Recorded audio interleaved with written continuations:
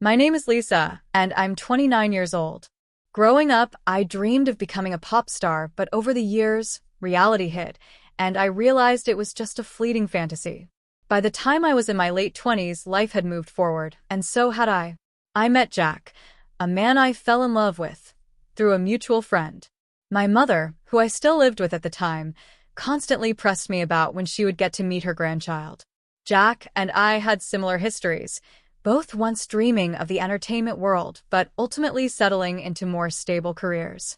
Jack now works for a prestigious trading company based in downtown Manhattan. As for me, I worked at a bank until I got married, after which I decided to leave my job. One day, Jack and I went to visit his parents, and I learned about his younger sister, Lucy. She had once caught a fever as a child, which the family thought was just a normal illness. However, when the fever didn't subside, they rushed her to the hospital, only to find out that she had contracted encephalitis, which was caused by the influenza virus. By then, the damage had already been done, and Lucy suffered brain damage, leaving her bedridden and unable to speak. Her high fever had also damaged the area of her brain that controls speech, leaving her mute. Lucy's mother, my mother-in-law, had dedicated herself to taking care of Lucy, but I could tell that something about their relationship wasn't quite as warm and genuine as mine with Lucy. Despite the situation, Lucy and I bonded quickly. There was something unspoken between us that made our connection special. She couldn't communicate the way most people could, but we found ways to talk through sign language, and over time, I became fluent in it. I still remember one of our conversations where I signed, "We're like best friends who've known each other forever, aren't we?" And Lucy replied with a smile, "Yes, we are. Let's stay close friends forever." That moment has stayed with me, and I promised her that we would indeed remain best friends. While Lucy and I shared a close bond, my relationship with my mother-in-law couldn't have been more different. She constantly criticized me for the smallest things, making me feel like I was never good enough. I recall a time when she came over unannounced to our condo, inspecting every little thing.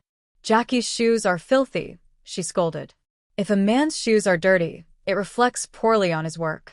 It's your job to make sure they're clean." My mother-in-law had this strange way of referring to Jack as Jackie, a nickname I absolutely hated. It was as if she had a constant need to control everything in her son's life. She never missed a chance to point out my mistakes, often making remarks like, "Make sure you fold the laundry neatly. If you don't, Jackie will be in a bad mood." It was as though Jack's every mood and action were a reflection of me, and if I didn't meet her standards, I was to blame. And that's not all. She'd tell me that no matter how late Jack came home from work, I was never allowed to go to bed before him, even if he said it was okay. It was clear who held the power in their family dynamic, and it wasn't me. Despite these constant criticisms, I never let them get to me. I had a deep love for Jack, and I had learned to manage the stress of his mother's presence in our lives. But then, things took a turn I wasn't prepared for. One day, just as I was beginning to feel like I could breathe again, Jack and his family decided to take a vacation to Hawaii. They were all eager for a break, and I was left behind to take care of Lucy, who, at the time, could not walk or speak. Right before they left, Jack looked at me with an air of expectation and said, "Taking care of Lucy is your job now. Don't slack off." As soon as Jack and his family left, the atmosphere in the house shifted. It was eerily quiet for a moment, and I was adjusting to the idea of being alone with Lucy when something unbelievable happened. Lucy, who hadn't spoken a word in years, suddenly sat up in bed and looked at me. She then signed, "Okay, let's get going too." I froze. Could she be? My heart raced as I struggled to process what was happening. In that moment, I realized something had changed. Lucy, the mute, bedridden girl I had been taking care of, was now showing signs of something I never thought possible. It felt like the beginning of an entirely new chapter, and I wasn't sure what to expect next. As days went by, I found myself constantly by Lucy's side, growing more and more amazed by her small yet significant improvements. She started to move more freely, her body no longer so stiff, and she even began to speak in soft, hesitant words. I couldn't believe my ears when she first said, "Thank you." It was as if the floodgates had opened, and I was witnessing a miracle unfold right before my eyes. I never expected this, not in a million years. Despite the improvements, there were still challenges ahead. Lucy's road to recovery was going to be long and difficult, and I realized I was about to embark on a journey I never thought I'd be part of. But for the first time, I didn't feel overwhelmed. I felt ready to be there for Lucy, no matter what it took. When Jack and I first started dating, and even in the early years of our marriage, he was incredibly kind and attentive. He always made sure to take care of me in the most thoughtful ways. If I told him I wasn't feeling well, he'd happily suggest we go out for dinner. If I saw a designer bag I liked, he would surprise me with it a month later. He was everything I could have hoped for, caring, generous, and deeply attentive. However, about a year after we got married, I started noticing a change. It wasn't an overnight shift, but rather a gradual transformation. Jack began to come home later and later from work, always reeking of alcohol. His Saturdays and Sundays, once reserved for spending time together, were now consumed by his busy work schedule, and he'd often come up with excuses not to be with me. What unsettled me the most was his refusal to have me accompany him when he visited his parents.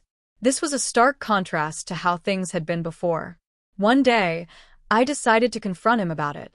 I couldn't ignore the growing distance between us any longer. "Jack, you've become so distant lately. It feels like you're a completely different person," I said, trying to remain calm. Jack shot me a cold glare before replying, "That's not true. You're just overthinking things." "I don't think I am," I retorted, frustration bubbling up. "You barely talk to me anymore." Jack sighed and muttered, "I told you you're overthinking it. Stop bringing this up." With that, he walked off to take a shower, effectively ending the conversation. Then one day, Jack surprised me by saying, "This Sunday, I'm going home." "What are you going to do?" I was taken aback. Jack had always refused my company on these visits, so the idea of him inviting me along seemed unusual. "Wait, I can come with you this time?" I asked, not entirely sure I had heard him correctly. "That's why I'm asking," he replied, his tone flat. I was eager to go, partly because I wanted to see Lucy, and also because I wanted to understand why Jack had been acting so differently. "Of course I'll come," I said, trying to keep the excitement from showing in my voice. "I'd like to see Lucy too." Jack frowned slightly, his expression unreadable. "You and Lucy seem to get along really well, huh?" "Yes, we do," I replied, smiling. "It feels like we've been best friends forever."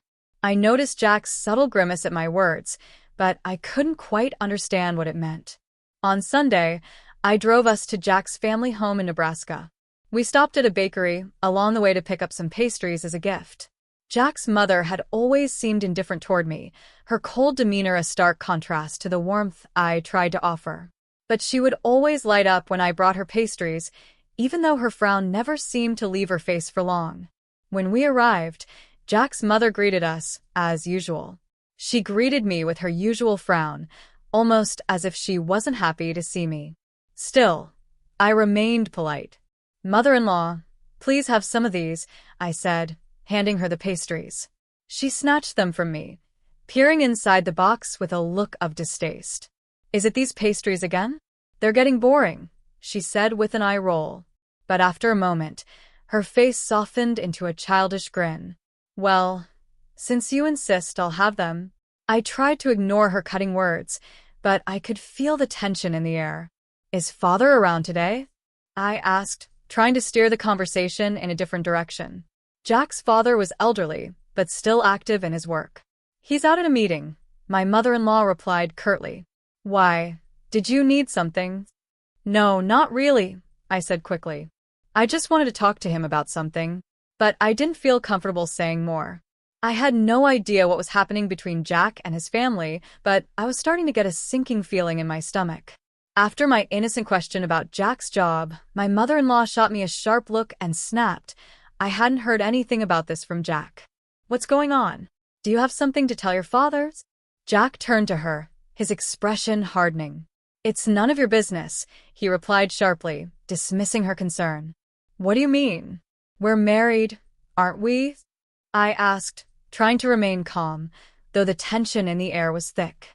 "Can you at least tell me what's going on?" "Stop nagging," Jack retorted. Before I could respond, my mother-in-law chimed in, her voice as cutting as ever. "Exactly. If Jack doesn't want to tell you something, you shouldn't be prying into his affairs." I bit my tongue, realizing there was no point in continuing the argument. Any attempt to reason with her would be fruitless, so I decided to stay silent. Just then, Jack's sister, Lucy, appeared, and the conversation shifted again. "Oh, Jack, you're here," she exclaimed, her voice full of warmth. "Sis, perfect timing. I have something to discuss." Jack raised an eyebrow. "What is it?"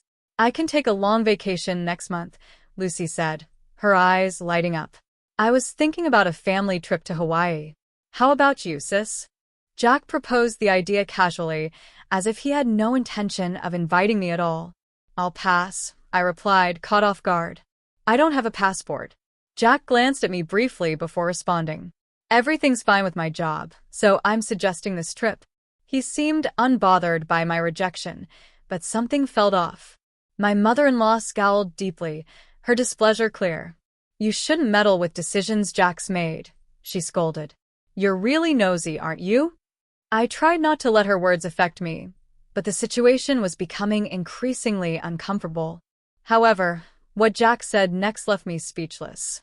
"The reason I asked you here today," Jack began, turning to me, "is because I want you to take care of Lucy while we're on vacation." I stared at him in disbelief. Was he serious? They were asking me to stay behind and look after Lucy while they all went to Hawaii? I paused, trying to process the request. After a moment, I sighed and said, "Okay, I'll take care of Lucy. But if that's all you wanted, you didn't need to drag me all the way here to tell me." Jack's face tightened. "I figured you'd understand better if I said it in front of my mother," he replied, his voice flat.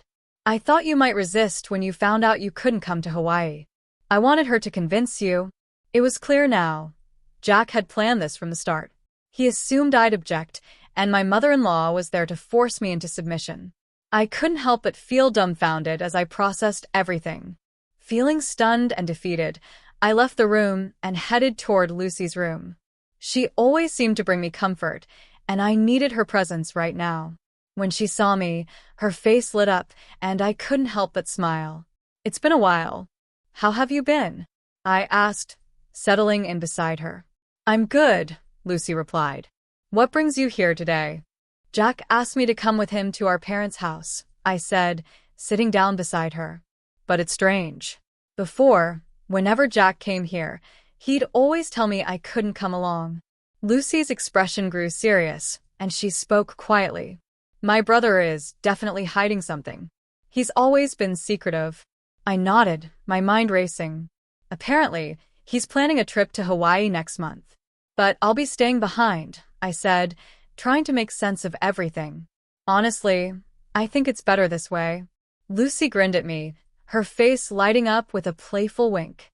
"In that case, you should come over and stay here," she said with a mischievous smile. I laughed, feeling a little lighter. "Sure, I'll do that." The two of us spent the next hour chatting away, talking about everything from our favorite books to the peculiarities of Jack's family. I couldn't help but wonder why Lucy and my mother-in-law were so different. Their relationship was so unlike mine with Lucy, filled with warmth and understanding. Eventually, Jack came to find me, and we headed home.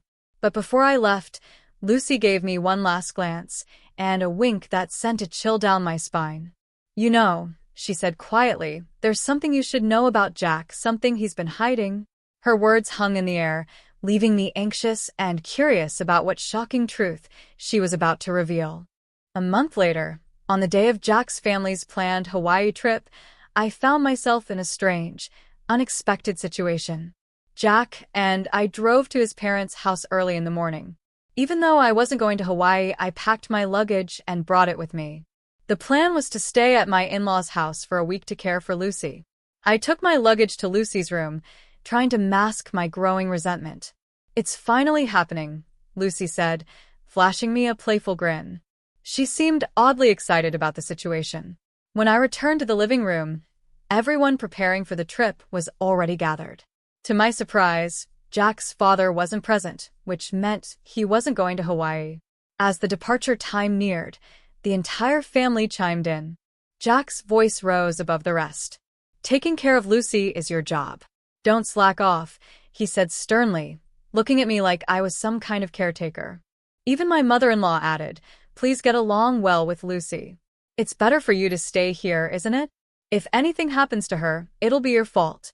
We'll hold you responsible." The absurdity of the situation struck me. Here they were, abandoning their immobile daughter for a vacation in Hawaii, and yet they had the nerve to say such things. I couldn't believe it, but I didn't react. What was the point? I wasn't in the mood to see them off, so I headed back to Lucy's room, wanting to be away from the awkward tension. That's when something extraordinary happened. As I entered her room, Lucy sprang up energetically from her bed and called out to me. "Come on, let's get going." The words echoed in my mind, recalling a conversation we'd had just the other day. Lucy had casually confessed something I never could have predicted. "I can actually walk now," she said, as though it were the most natural thing in the world. My jaw dropped. "Since when?"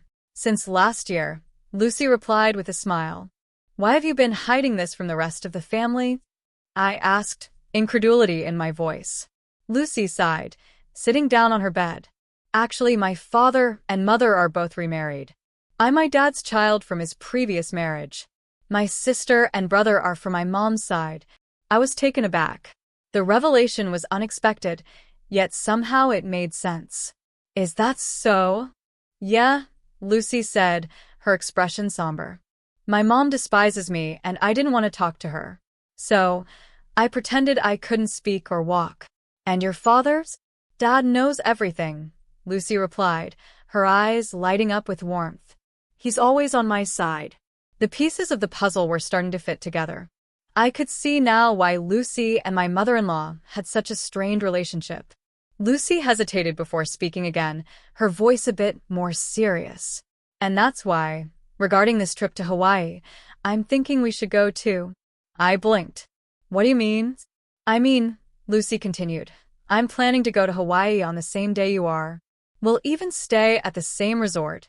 I stared at her in disbelief. "Wait, what? You? Going to Hawaii?"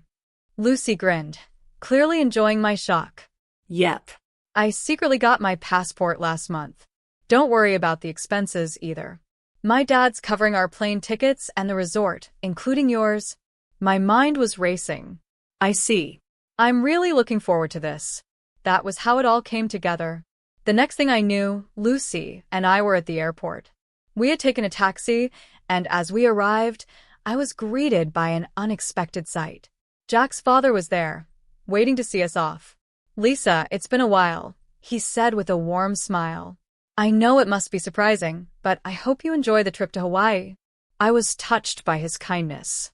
"Thank you, father-in-law. I feel guilty for all the plane tickets and resort fees you've covered." He waved me off. Don't worry about it. As long as you two have fun, I'm happy." I smiled, feeling grateful for his generosity. We boarded our flight, separated from Jack's family. We were on a different airline, and when we landed in Hawaii, it was early morning. Lucy and I took a taxi from the airport to the resort hotel, and when we arrived, I couldn't help but feel a sense of excitement and freedom. Lucy and I shared a room at the resort, and I couldn't help but comment to her, "Your father seems pretty well-traveled." She nodded. "Yeah, he's been on several international business trips. He's even been to Hawaii a few times." This was a far cry from the tense, uncomfortable atmosphere I'd left behind with Jack's family. The freedom, the warmth of Lucy's father's support, and the thrill of this secret adventure made everything feel worth it. As the evening approached, I couldn't help but feel a sense of anticipation. "So, what's the plans?" I asked Lucy, eager to catch up with Jack and his family. "I'm guessing my mom and everyone will dine at the restaurant here tonight," she replied. "I'm thinking of surprising them." "That sounds like fun," I said, my excitement building. "Should we get some rest to recover from the jet lag?" Lucy nodded. "That sounds like a good idea." I couldn't sleep at all on the plane. After taking a shower, we climbed into bed and quickly fell asleep. When we woke up, it was already late afternoon, around 4 o'clock. Lucy was up, already starting to apply makeup. "I'm sorry I slept too much," I said. "No, don't worry about it," Lucy replied. "I just woke up too. We really had a good sleep, didn't we?" Fully recharged and ready for our battle. Around 7 o'clock, I turned to Lucy and said, "I'll go and check on Jack at the restaurant." I slipped out of the room and made my way to the restaurant, watching from the shadows near the entrance. It didn't take long to spot them dining joyfully at a far-off spot. My heart skipped a beat, and I felt an unsettling sense of dread. I was too far away to confront them, so I decided to venture deeper into the restaurant. From my position, I could only see their backs, but there was one detail that stood out to me. There was a young woman at the table I didn't recognize. She was sitting very close to Jack and his mother. My heart sank. There was no such woman when they had left Jack's parents' house earlier. I was taken aback, nearly letting out a loud gasp, but I managed to suppress it. My instincts told me something wasn't right. Straining my ears, I could intermittently hear Jack and my mother-in-law's voices. What I overheard made my blood run cold. "I'm glad it's not that woman today," Jack said. "Yeah, I really drew the short straw with her. She's tainted my family record. If only we had an elegant daughter like her from the start." The words hit me like a slap in the face. I want to divorce her and start fresh soon. Try to find a reason for the divorce and extract a hefty alimony from that woman, Jack continued. I couldn't believe what I was hearing. My mother-in-law added, "Even without a cause for the divorce, it's fine. I can fabricate as many as I want. She's so bad that I want to throw her in the trash. I want to see my grandchild from you, and her soon." I felt my hands tremble with fury. My mother-in-law, the woman who had always seemed so cold to me, was giving this woman a smile she had never shown me before. My mind was racing, but I couldn't move. I was driven by the urge to step forward and confront them, to see the woman's face. But I held back. I returned to the room, my heart heavy with the weight of what I had just heard. Lucy was sitting on the bed, waiting for me. "It took a while," I said, my voice trembling. "I'm sorry I saw something shocking. Jack brought a woman I've never seen before." "What?" Lucy asked, her eyes wide. I exhaled deeply. Jack and my mother-in-law were continuously bad-mouthing me. Jack even said he would find a reason for divorce. "That's terrible," Lucy murmured. But in the midst of all the anger, I felt something else, relief. Seeing Jack with another woman made it clear that I could finally move on. I could divorce him without a second thought. "That's a good thing," Lucy said with a smile. "Shall we make our entrance then?" I nodded. We headed toward the restaurant hall, where our surprise awaited. When we entered, we requested to sit near Jack's table. We were able to get a seat quite close to them, but they didn't notice our arrival. As we sat there, we could still hear their conversation, still filled with derogatory comments about me. I couldn't believe how freely they were speaking. I gave a bitter smile, amazed at how they could badmouth me without a second thought. Seeing my expression, Lucy gave a small nod with a knowing smile. It was the cue for our counterattack. I stood up from my seat and walked confidently towards Jack's table. The moment I stepped forward, I raised my voice and shouted, "Are you all having a good time?" Jack and my mother-in-law froze. Their mouths dropped open in shock, and for a few seconds, they were utterly speechless. Finally, my mother-in-law managed to speak.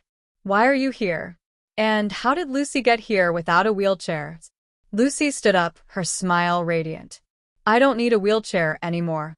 Jack's and my mother-in-law's faces turned ashen. "Thanks to you," Lucy continued, "my body and speech have returned to normal. I must have caused you quite a bit of trouble for a long time. When did you regain your ability to speak?" Jack sputtered. "I wonder when that was," Lucy teased. "Maybe last year?" "Then why did you hide it until now?" I asked, my voice calm but cutting. Lucy's gaze met mine and she nodded. "Because it was better if you guys continued to believe I couldn't speak. Besides, you and Jack were speaking ill of me earlier, weren't you?" My mother-in-law's face turned pale in an instant. "What do you mean?" she stammered. "Oh, we weren't saying anything bad about you, Lisa," Jack retorted, his voice defensive.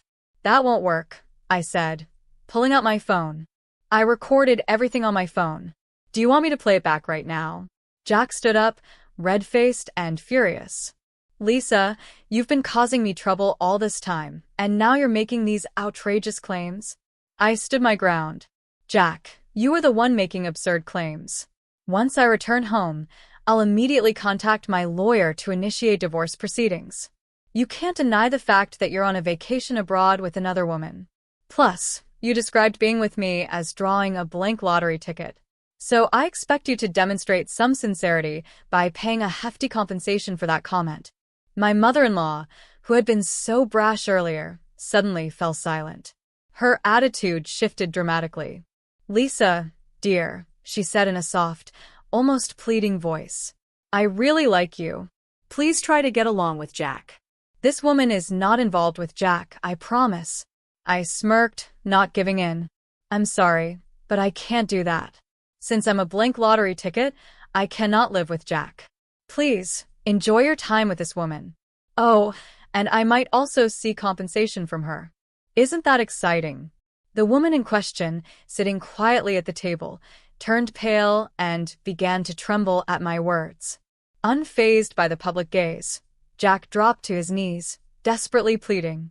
Lisa, I beg you, don't make this a big deal. My company has strict rules about this, he implored, his voice filled with panic. What's that? You don't sound sorry at all, I replied, my voice cold and unmoved. Jack seemed taken aback by my words, but he tried again, his desperation growing. Lisa, please forgive me. If my company finds out, I'll lose my job. Though my heart felt no sympathy for him, I stood firm. You are married, and yet here you are, on an overseas trip with another woman. I will never forgive you. At my words, my mother-in-law fell to her knees beside Jack, tears streaming down her face. Please forgive my son, she pleaded, her voice trembling with regret. By this time, all the other customers in the restaurant were watching us, some whispering, others simply staring. It was a scene of public humiliation for Jack and his mother. Just then, the restaurant manager began walking toward our table, and I stood up. Well, Lucy and I will head back to our room. You all enjoy your Hawaiian vacation. I guess things will get a bit difficult when you get back home, I said, my voice dripping with sarcasm. As I turned to leave, I heard Jack cry out, Please forgive me. I can't afford to pay any compensation. His outburst didn't go unnoticed. The restaurant manager, who had been approaching, frowned and spoke to a nearby staff member. Then, he politely informed Jack that he was disturbing the other guests and needed to leave.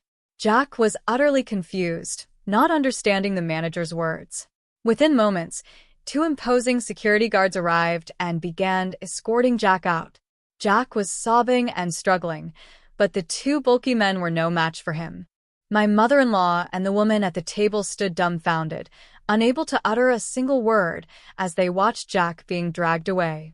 Lucy and I exchanged glances, both surprised by the sudden turn of events.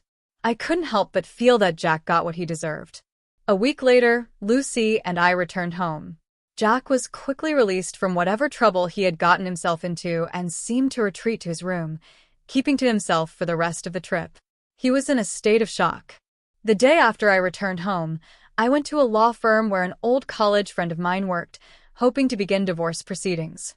Unfortunately, my friend wasn't there, but a female lawyer was assigned to me. She was easy to talk to, and I explained everything that had happened. After listening to my story, the lawyer assured me that divorce was possible, and I could claim alimony. She also offered to investigate the woman Jack had been with in Hawaii to determine whether I could claim alimony from her as well. A month later, the lawyer contacted me with some startling news.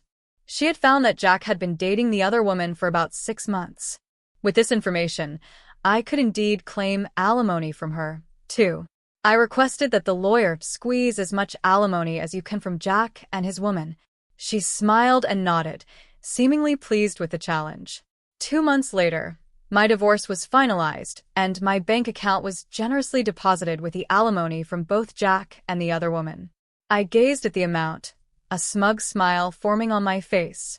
And that's karma for calling me a blank lottery ticket, I muttered under my breath. 3 months later, Jack and my mother-in-law unexpectedly showed up at my door. Despite it being only a few months since the incident, they looked gaunt, their faces drawn and weary, as if life had drained them of all vitality. I opened the door and asked bluntly, "What do you want?" "I don't want to see your faces." Jack's voice was weak as he spoke, barely above a whisper. "I'm sorry. Could you lend me some money? I've lost my job, and the woman ran away. I don't even have money for food." My mother-in-law's voice was equally subdued. "I've divorced my husband too. I don't have money, please, I beg you." Her tears flowed freely as she spoke. I stared at them, my expression cold. "Too bad. I have absolutely no obligation to help you. And even if I did, I would never help you guys out. Now please leave." After they left, I took a deep breath, feeling the weight of the entire situation. To rid myself of any lingering bad energy, I sprinkled a large amount of salt at my entrance, ensuring that no negativity could linger in my home.